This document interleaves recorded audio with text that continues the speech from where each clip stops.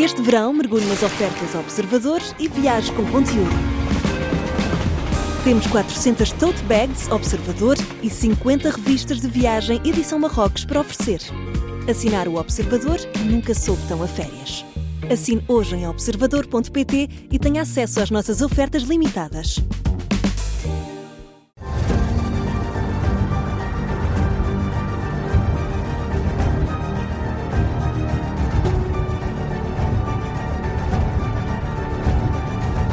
Está no ar o Domínio da Guerra da Rádio Observador, que também pode acompanhar com imagem através das nossas redes sociais. O Domínio da Guerra sempre com o Major-General José Arnão Moreira. Bom dia, olá, bem-vindo. muito bom dia a todos. Bom dia, General. Depois de, na semana passada, um dos temas dominantes ter sido a avaliação sobre a fome em Gaza, esta semana ficou sobretudo marcada pela conferência promovida nas Nações Unidas sobre o reconhecimento do Estado da Palestina. General, que balanço podemos fazer e que expectativas podemos alimentar sobre esta iniciativa? Bom, foi uma semana em cheio. Pois foi. Mas, na verdade, ela está com um desenvolvimento hoje também muito relevante. O Witkoff regressou de novo a Israel e estará a inspecionar, durante o dia de hoje, os centros de distribuição humanitária da Gaza Humanitarian Foundation. E julgo que terá interação também com os próprios palestinianos para, enfim, de alguma maneira, me parece a mim, envolver mais os Estados Unidos de um ponto de vista oficial na ajuda humanitária ao povo palestiniano. Portanto, temos desenvolvimentos muito importantes a ocorrer neste momento. Será certamente um tema a que voltaremos em próximas edições. Eu gostaria hoje de dar o primeiro passo. A minha opinião sobre a guerra em Gaza e as perspectivas da guerra em Gaza vou deixar para a próxima edição. Já está aqui, já está prometido. Eu hoje o que gostava de fazer era mostrar a dificuldade de termos uma análise não emocional sobre o assunto. E por isso, o tema que preside a esta primeira reflexão são as 6 guerras sobre Gaza. Não está a ocorrer apenas uma guerra em Gaza, estão a ocorrer pelo menos 6 guerras.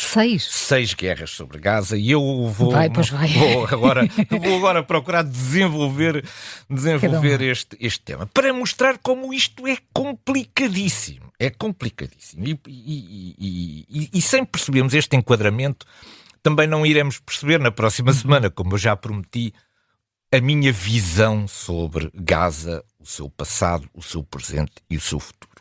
Bom, vamos começar pela Primeira Guerra. A Primeira Guerra é conhecida. É um conjunto de operações militares desenvolvidas entre as IDF, de Israel, e o Hamas. Trata-se de uma guerra em sentido puro estrito do termo. Uma guerra de natureza urbana, desenvolvida, portanto, num ambiente urbano em que as populações não puderam ser extraídas da zona de guerra. Bom, é uma guerra. Isto é, não é uma invasão apenas do ponto de vista das IDF da faixa de Gaza. O Hamas tem capacidade militar, tem mostrado essa capacidade militar, e onde é que vemos isso? Pelo número de soldados militares israelitas que são mortos. Portanto, eles não são mortos porque morreram ali, eles morreram em combate. E, portanto, significa que há uma guerra. É uma guerra particular, desenvolvida num ambiente urbano, em que não houve capacidade, por razões que eu da próxima semana irei explicar, de evacuar as populações da zona de guerra, o que é normal em muitos outros conflitos. Bom, portanto, Primeira guerra é esta guerra de natureza militar em ambiente urbano entre as IDF e o Hamas. Segunda guerra é a guerra das fotografias. Uma operação de guerra envolve uma dimensão psicológica tremenda. E as fotografias são uma arma de combate tão boa como qualquer outra. Tem um impacto imenso. Porquê? Porque e moldam a opinião pública. Exatamente, porque as guerras precisam de apoio entre a população. Precisam de apoio do público. Quando uma guerra perde apoio do público, essa guerra muito dificilmente se traduzirá numa vitória. Portanto, trazer o público, fazer com que o público acompanhe e apoie aquilo que são os esforços de guerra, é um objetivo militar de qualquer campanha. Ora, a guerra das fotografias foi a guerra que entrou há 15 dias. Até há 15 dias a guerra não tinha, do ponto de vista das fotografias, o mesmo dramatismo que adquiriu. Porquê é que adquiriu esse dramatismo? Porque começaram a entrar as crianças nas fotografias. A partir do momento em que começaram a entrar as crianças nas fotografias, a guerra ganhou uma dimensão com um dramatismo brutal a influenciar as opiniões públicas. Como em qualquer conflito, há 3 tipos de fotografias. Agora sou eu do ponto de vista das funções de intelligence. Há 3 tipos de fotografias. As fotografias verdadeiras. As fotografias verdadeiras são aquelas que são tiradas por repórteres consagrados, internacionais, que estão disponíveis numa determinada situação e que procuram captar uma realidade que depois procuram transmitir. São fotografias de natureza verdadeira. Eu diria que a maioria das fotografias existentes sobre Gaza são verdadeiras. Isto é, correspondem a momentos verdadeiros em que foram tirados. Esse é um aspecto. Depois há as fotografias falsas. Uma fotografia falsa... As manipuladas? Já lá vou. Fotografias falsas. Fotografia falsa é a legenda não corresponde à fotografia. Isto é, uma fotografia tirada numa outra circunstância, num outro local, e depois põe-se uma legenda. Não tem nada a ver com aquilo. Portanto, essas também são detetáveis. Demoram um tempo a ser detetadas, mas também são detetadas. Depois há um terceiro tipo de fotografias, que é aquela que são as mais importantes para mudar as opiniões públicas. São as fotografias coreografadas. São verdadeiras as fotografias. Aquelas pessoas existem e estavam lá. Simplesmente estas pessoas foram colocadas.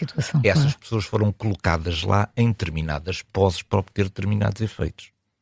Isto é muito mais difícil sobre isto de dizer que aquelas fotografias não são verdadeiras porque nós não assistimos, digamos, à encenação.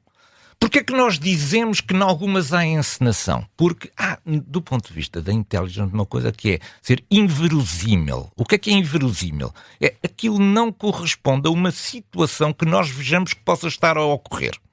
Isto é, se eu tiro uma fotografia a um conjunto de pessoas desesperadas e por trás vejo pessoas a passar nas calmas, calmamente a fazer o seu dia-a-dia, eu tenho que concluir que aquele desespero presente naquela fotografia não corresponde à realidade que está a 3 metros atrás.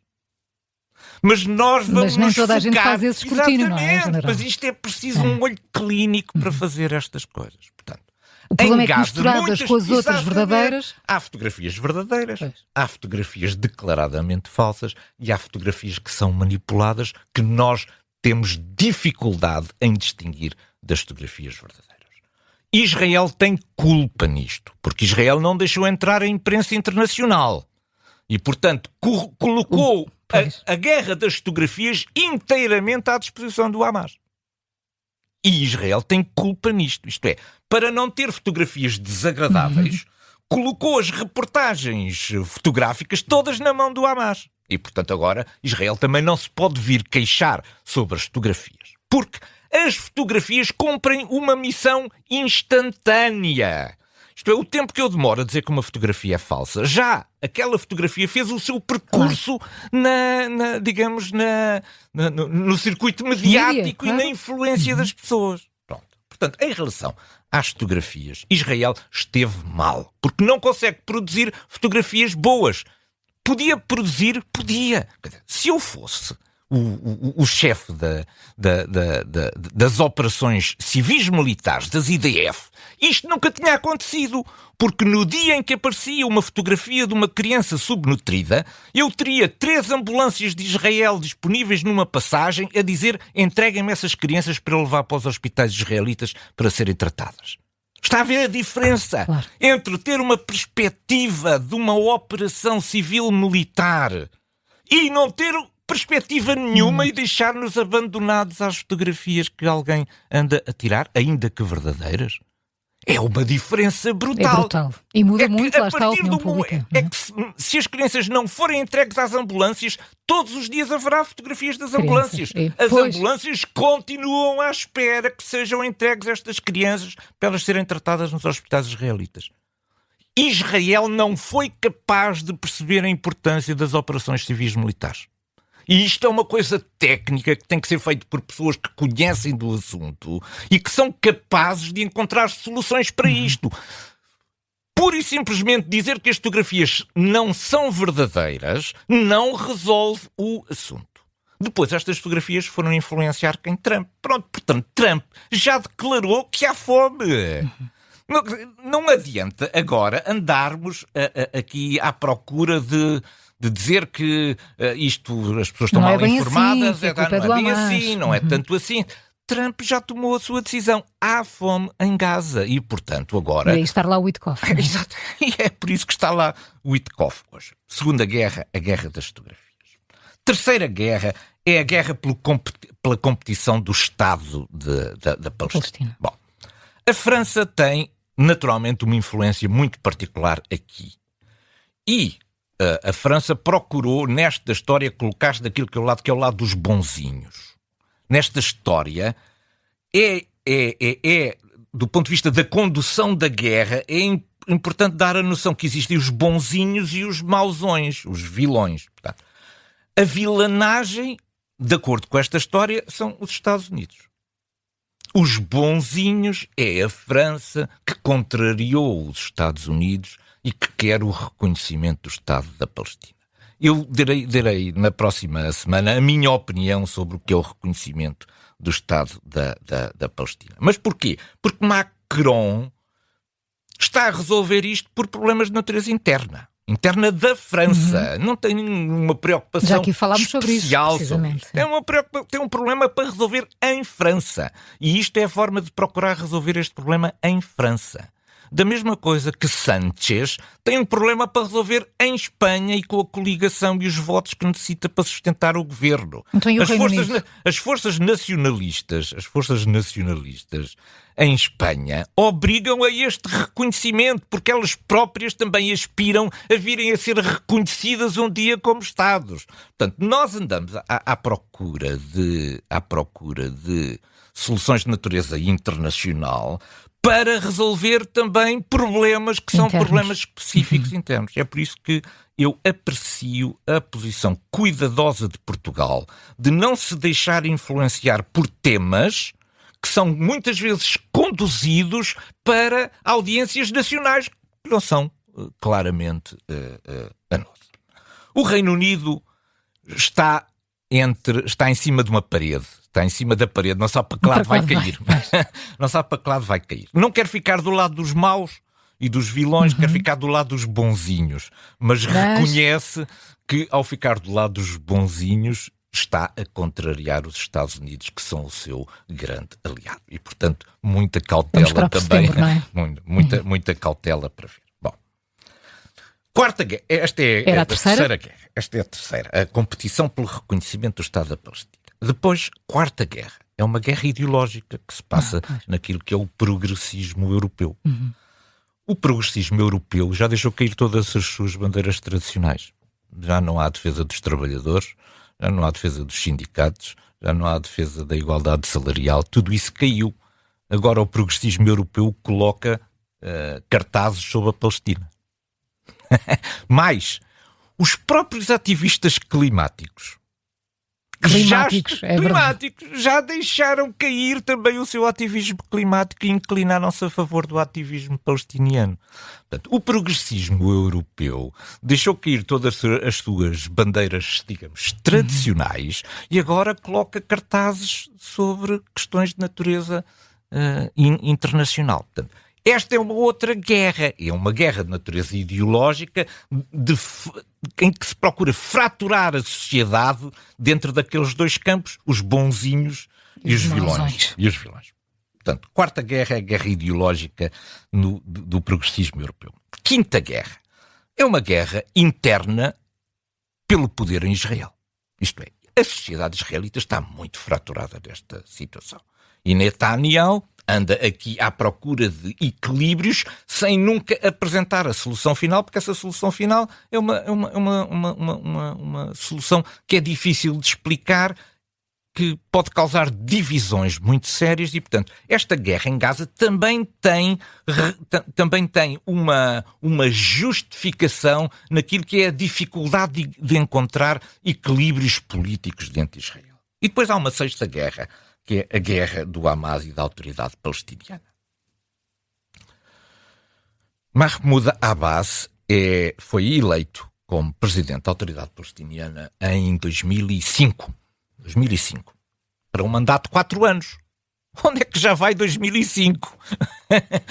Isto é, há 20 anos que a Autoridade Palestiniana não realiza eleições para a sua presidência. O Hamas ganhou as eleições em 2006 e, com base nessa vitória em Gaza, expulsou a Autoridade Palestiniana a tiros e pontapés. Nunca mais realizou eleições também desde isto. Isto é, nós estamos a olhar para os palestinianos como alguém cuja liderança nós desconhecemos. E desconhecemos o seu apoio, a sua capacidade de liderar um processo difícil. Este é a sexta guerra que está a ocorrer sobre Gaza. É a guerra entre o Hamas e a Autoridade Palestiniana. A Autoridade Palestiniana finalmente veio a terreiro com maior assertividade e tem que ser apoiada pelos Estados árabes moderados e pela comunidade internacional. Senão, nunca mais conseguirá regressar a Gaza. General, já aqui comentámos em programas anteriores o ultimato de 50 dias que Trump dera a Putin para haver avanços no processo de paz com a Ucrânia. Entretanto, Donald Trump decidiu antecipar esse prazo para 10 dias. 8 de agosto é a data limite. Como é que se explica esta pressão suplementar sobre o Ucrânia? É extraordinário, primeiro porque é bizarro do ponto de vista do sistema internacional, que eu dei uma data e que depois não cumpre essa data. Já estamos a ficar habituados. Já estamos a ficar habituados. Mas o mais bizarro é que isto não é a prática da administração Trump, antecipar prazos. Quer dizer, normalmente o que acontece com os prazos dados pela administração Trump é que quando estamos a chegar a esse limite, ao limite desse prazo, ele é normalmente estendido para um outro prazo. Enfim, portanto, é utilizado como uma arma de pressão. É pressa, que temos muita pressa, depois como não se consegue resolver dentro daquele limite, de um limite razoável de tempo, os limites têm que ser prolongados. Portanto, é duplamente bizarro. Bizarro porque no sistema internacional não é normal, depois de se ter uma data, antecipar essa data. Quando muito, pode ser essa data ser afastada. E é muito mais bizarro pelo facto de não ter sido até agora essa a prática da administração Trump, que é normalmente adiar os prazos. Antecipar os prazos é motivo aqui para a nossa... É sinal que está mesmo irritado, Donald Trump. É aqui para nós. Eu levantei aqui 4 razões para isto. Vamos cá passar em revista estas razões. Primeira razão é o resultado direto daquilo que foi a farsa negocial em Istambul. Dos 40 minutos. Aquela farsa negocial de Istambul não serviu para enganar Trump. Trump não se sentiu minimamente motivado. E, portanto, a primeira razão é esta. As reuniões de Istambul, a terceira ronda negocial em Istambul, não produziu nada e Trump percebeu, compreendeu. Por este andar, nem 50 dias, nem 500 dias, nem 5.000 dias não chegam para resolver isto, porque não foram dados passos nenhuns no sentido do cessar-fogo ou da paz. A segunda razão foi Trump que a disse. Eu acho que conheço a resposta e, portanto, não vale a pena esperar os 50 dias. Quer dizer, se daqui a 50 dias eu já sei qual vai ser a resposta, então não vale a pena estar à espera dos 50 dias. Depois, porque existe um apoio público na América às sanções sobre a Rússia. Não existe um apoio aos negócios dos Estados Unidos com a Rússia. O que existe é de sancionamento da Rússia. E, portanto, numa altura em que Trump procura melhorar, digamos, o seu score de sondagem, de apoio entre a população, o tema pode ser mais interessante de explorar. E o quarto tem a ver com os 50 dias. Finalmente eu percebi os 50 dias. Então? Demorei várias semanas a perceber os 50 dias. Eu acho que tenho a solução para os 50 dias. Vou partilhá-la aqui. Comecei a fazer contas. Onde é que iam calhar? Onde é que iam calhar os 50 dias? No dia 1 ou 2 de setembro. O que é que havia no dia 3 de setembro?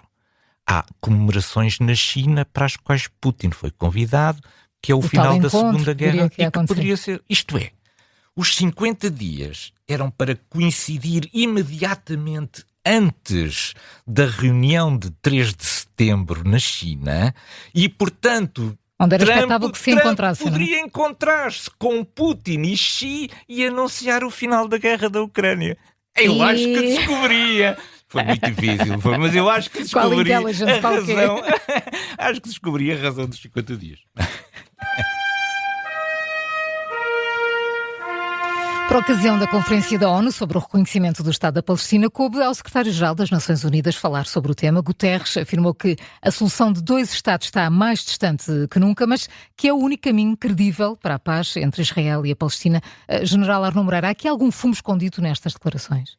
É, porque esta frase contém 2 elementos de frase que não são conciliáveis um com o outro. Isso. Eu não posso dizer. A solução de 2 Estados está mais longe do que nunca. Parece que é uma coisa impossível. Está mais longe que nunca. Isto tem um significado, é que já esteve mais perto. Quer dizer, eu estou-me a afastar. Eu nunca estive tão longe desta solução.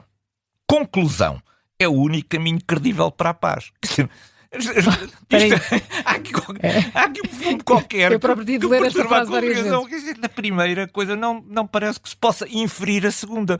Pelo menos do ponto de vista científico. Quando se desenvolve uma teoria científica e depois vão à procura de provas, à medida que decorre isso, o que nós esperamos é ir aproximando os resultados das provas daquilo que é a nossa teoria. Não ao contrário. E não ao contrário. Quer dizer, quando nós nos afastamos dos resultados que esperávamos, provavelmente a solução não é esta. Eu fiquei assim um bocadinho surpreso com esta inferência. Quer dizer, nunca estivemos tão longe dos 2 Estados, mas este é o único caminho credível. Sabe que eu li isto várias vezes à espera de... Será que ele queria dizer nunca estivemos tão perto? Mas não foi assim. As coisas não saem por acaso. Não saem por acaso. Nunca estivemos tão distantes, mas este é o único caminho. Acho muito estranho, aliás, que haja um único caminho ditado pelo Secretário-Geral das Nações Unidas. A função do Secretário-Geral das Nações Unidas é encontrar múltiplos caminhos para se obter o mesmo objetivo.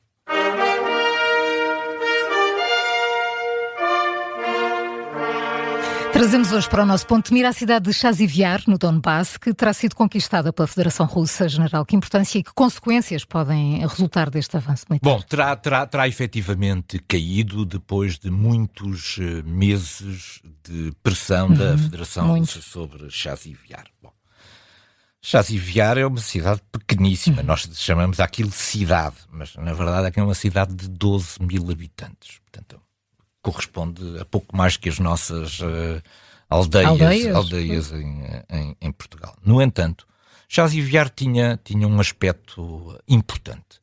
É porque ela conseguiu conter durante muitíssimos meses o avanço da Federação Russa, das forças militares no Donbass.